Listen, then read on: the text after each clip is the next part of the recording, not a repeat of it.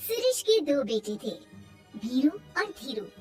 वो अपने आखिरी वक्त में अपने बिस्तर पर था और उसके दोनों बेटे उसके पास आंखों में आंसू लिए बैठे थे। पिताजी, आप चिंता मत कीजिए, मैं और धीरू है ना, हम आपको कुछ नहीं होने देंगे। हाँ पिताजी, आप बस आराम कीजिए, डॉक्टर अभी आता ही होगा। मेरे बच्चों, मेरा अंतिम समय आ गया है। तुम दोनों मेरी बात ध्यान से सुनो। मैंने वकील से कहकर अपनी जायदाद तुम दोनों में आधी आधी बांट दी है। मेरे जाने के बाद तुम दोनों मिलकर रहना, एक दूसरे के सुख दुख में साथ देना। तुम्हारी माँ की भी यही इच्छा थी। जी पिताजी, आप जैसा कहेंगे हम वैसा ही करेंगे। जी पिताजी, आप जैसा कहेंगे हम वैसा ही करेंगे। और सुरेश उन्हें छोड़कर चला जाता है। अरे धीरू भाई, मैं तुझसे कहना चाहता था कि मुझे व्यापार बढ़ाने के लिए कुछ रुपयों की जरूरत है। अब पिताजी के जाने के बाद हम दोनों ही एक दूसरे का सहारा है।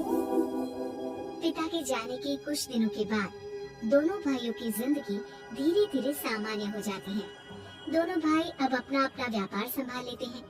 दोनों एक ही घर में तो रहते हैं, लेकिन अब उनके रिश्ते में पहले जैसी बात नहीं रहती। भीरू शुरू से ही लालची था, इसलिए सुरेश ने पहले ही उन दोनों में प्रॉपर्टी का हिस्सा बांटकर लड़ाई की गुंजाइश खत्म कर दी थी। लेकिन पिताजी के जाने के बाद भीरू का लालच बढ़ने लगा। हाँ भैया, आप बताइए कि मैं आपकी किस तरह से मदद कर सकता हूँ। मुझसे जो बन पड़ेगा मैं करूँगा। अच्छा तो भाई, तू ना मुझे अपनी गाय दे दे।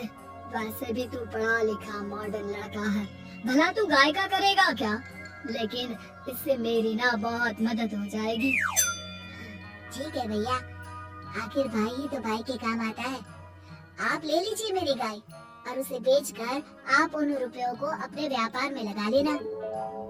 बस फिर क्या था, भीरू अपने लालच की वजह से आए दिन धीरू से किसी न किसी बहाने पैसे या कीमती सामान ऐंठता रहता और बेचारा सीधा सादा धीरू उसकी मदद कर दिया करता।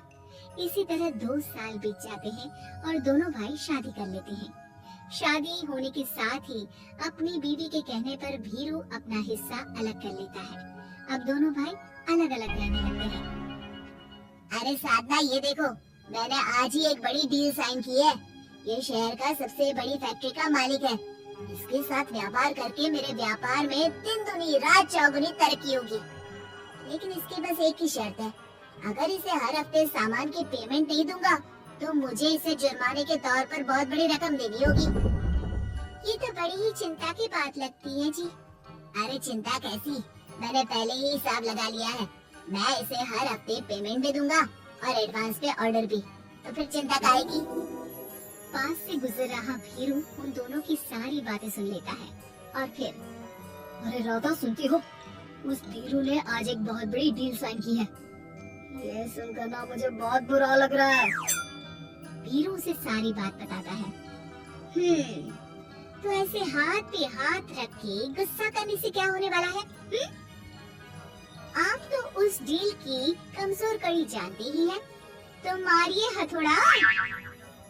अगले दिन धीरू के घर में चोरी होती है और उसमें उसके वो रुपए भी चले जाते हैं जो धीरू डील के मुताबिक क्लाइंट को देने वाला था।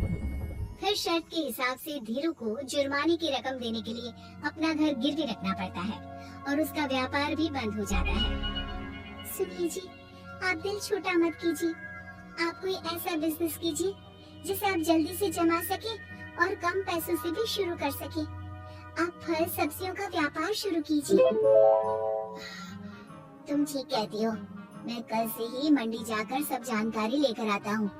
उधर भीरू और राधा धीरू की बर्बादी की खुशियाँ मनाने में लग जाते हैं और इधर धीरू खूब मेहनत करके फिर से अपनी आर्थिक हालात पटरी पर ले आता है। लेकिन फिर एक दिन, अजी सुनती हो, तुम यहाँ पर उसके बर्बाद होने की गलत फहमी में खुश हुए जा रहे थे और तुम्हारे भाई का फल सब्जियों का व्यापार बड़ा अच्छा चल निकला है। मैं अभी बाजार में उसकी दुकान देख कर आ रही हूँ। अरे भीड़ लगी हुई थी वहाँ तो तो फिर जल्दी से अपने खुराफाती दिमाग से कोई आइडिया निकालो इस मुसीबत का। आइडिया तो बहुत अच्छा है मेरे दिमाग में। अपने भाई से कह के इसके गोदाम में चूहे डलवा दूंगी, फिर देखना नजारा। राधा की चालाकी से धीरू का ये काम भी ठप हो जाता है। अब धीरू और उसकी पत्नी के लिए उधार पर जीने के अलावा कुछ नहीं बचा था। बेचारा ईमानदार धीरू अपने भाई भाभी की चालाकी की वजह से बहुत बुरे दिन काट रहा था। मैं तो बिल्कुल बर्बाद हो गया साधना। पिताजी का दिया हुआ अच्छा खासा बिजनेस संभाल रहा था, लेकिन मेरी किस्मत ने मुझे यहाँ लाकर खड़ा कर दिया। अब तो खाने के भी लाले पड़ रहे हैं। कोई नौकरी भी इतनी आसानी से नहीं मिल रही। मुझे माफ कर दो, मेरे साथ रहकर तुम्हें भी ये दिन देखने पड़ रहे हैं। देखिए जी, आप दिल छोटा मत कीजिए। भगवान कोई ना कोई रास्ता जरूर खोल देगा हमारे लिए। और मेरे दिमाग में तो एक अच्छा आइडिया आ भी गया। मैं बचपन से ही अपनी दादी, नानी और माँ को एक खास तरह का अचार बनाते देखती आई हूँ। वो अचार जितना टेस्टी होता है, उतना ही उसे बनाना मुश्किल भी। लेकिन एक बार बन जाने पर वो जल्दी खराब भी नहीं होता जी। वो अचार सिर्फ हमारे ही गांव में बनता था, जिसे खरीदने के लिए दूर दूर से लोग आते थे। मैं सोचती हूँ वही अचार बनाने का काम हम शुरू करें तो। मैं बनाया करूँगी और आप उसे मार्केट में बेच आया करना। साधना, तुम्हारी बातों से मेरे मन में उम्मीद जाग उठी है, लेकिन ये सब काम शुरू करने के लिए रुपए कहाँ से आएंगे? ए जी, मेरी ये कंगन किस दिन काम आएंगी? आप इन्हें गिरवी रखवा लो और जब पैसे आ जाएं तो इन्हें छुड़वा लेना। साधना बाजार जाकर अचार बनाने का सामान लेकर आती है, फिर घर आकर सारे खिड़की दरवाजे बंद करके अचार बनाती है और धीरू उस अचार को पैक करने में साधना की मदद करता है और अगले दिन बाजार में बेच भी आता है। शुरू में सिर्फ 10 बोतल अचार ही बन पाता है, लेकिन उसे बेचकर हुए मुनाफे से अचार की बोतलें 10 से 50 और फिर 1000 और 10,000 हो जाती है। अब धीरू को अपने काम में मदद के लिए कुछ लोगों को भी काम पे रखना पड़ता है, लेकिन अचार अब भी साधना ही बनाती है और अपनी रेसिपी का सीक्रेट बनाए रखती है। अब देखते ही देखते धीरू साधना ब्रांड अचार आसपास के कई शहरों में मशहूर हो जाता है और धीरू के दिन एक बार फिर बदलते हैं।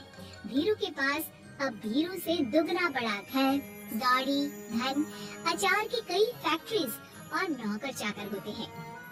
धीरू की इतनी तरक्की देखकर भीरू और राधा बुरी तरह से झल भुन जाते हैं, लेकिन अब उनके खिलाफ उनकी कोई चाल कामयाब नहीं होती। सुनिए जी, मैं ना कहती थी कि आप हिम्मत रखिए, एक दिन भगवान हमारे रास्ते जरूर खोल देगा। और देखिए जी, आज हम कहां से कहां आ गए। ये सब तुम्हारे फौलाद जैसे मजबूत मन की वजह से हो पाया है साधना, वरना एक समय मैं तो हिम्मत ही हार चुका था। तुमने न सिर्फ मेरा हौसला बढ़ाया, बल्कि बिजनेस में मेरा साथ भी दिया। जहाँ एक तरफ धीरू और साधना अपनी मेहनत और हौसले से बहुत तरक्की कर चुके थे, वहीं दूसरी तरफ धीरू और राधा के लालच और धोखेबाजी की वजह से वो इनकम टैक्स वालों की नजरों में आ चुके थे। धीरू के एक घर पर इनकम टैक्स वालों का छापा पड़ता है और धीरू को काला धन जमा करने के आरोप में जेल जाना पड़ता है।